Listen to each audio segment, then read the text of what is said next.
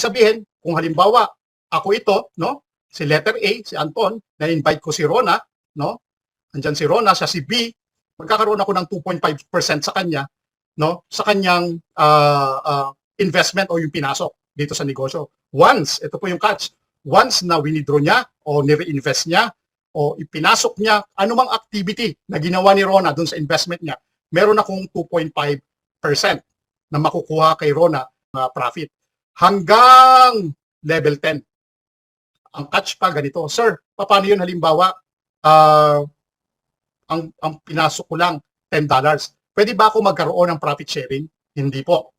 Ang minimum, ito po para magkaroon po kayo ng profit sharing, ito po yung isang kitaan, no? Yung pangalawang kitaan. Kailangan po ang minimum investment mo para, kunyari, si Rona mag-i-invite siya, kailangan ang minimum investment niya $100. Yan ang sabi ng company. Alam niyo po, nag-start kami $250. No? Kailangan $250 ang iyong investment para magkaroon ka ng profit sharing ng level 1 to 10.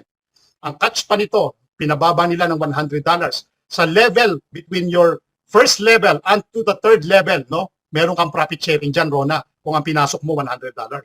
Kunyari, si Rona pumasok, naglagay ng $100, in-invite niya si A, in-invite niya si B, in-invite niya si C. First level niya lang yan, meron siyang profit share dyan. Si A, nag-invite uli. Okay? Second level yan. Si B, nag-invite uli. Third level yan. No? Ang ibig sabihin po, no? Makukuha ni Rona yung eto, lahat ng yan, may 2.5% siya hanggang level 3. So kung itong si B umabot ng level 3, si C umabot ng level 3, yan po ay makukuha lahat ni Rona ang kanyang profit share. Ano po? Ngayon, yung ika-4th at saka ika-10th level niya, dahil nakuha niya yung qualification, ang qualification pala, coach, kapag nakapaglagay ako ng $100, magkaka-profit share ako kapag mag-i-invite ako. Yes, hanggang level 3.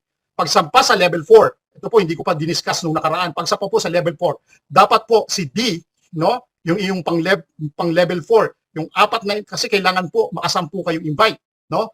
Tatlo lang ang invite mo, mag-invite ka pa ng isa para makaapat ka. Example, kung makapaglagay ng $100 yan, yung pang-apat mo, no, meron ka ng level 4, no?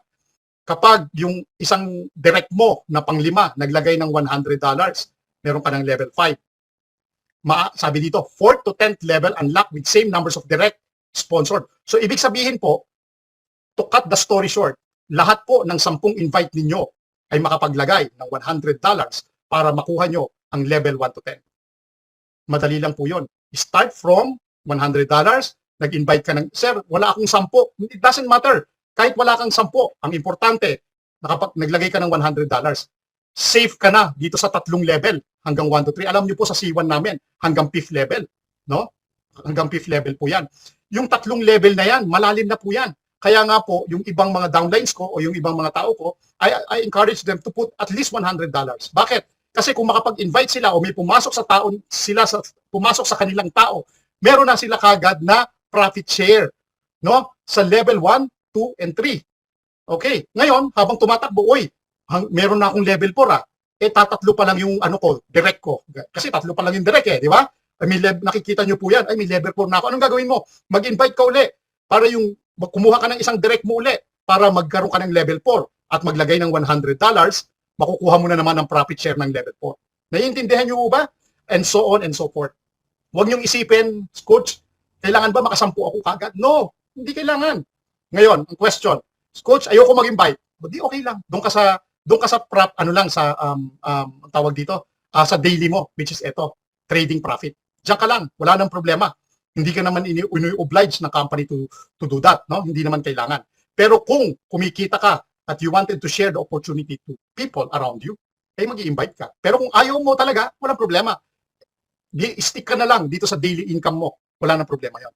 Pero yung iba, syempre, gusto ng iba, kumikita sila araw-araw, at the same time, meron silang kinikita linggo-linggo at buwan-buwan, nag-i-invite sila. Ano po? Minimum $100 lang po. Hindi ko pa di-discussion. Lot commission. Ano yung lot commission, Coach Anton?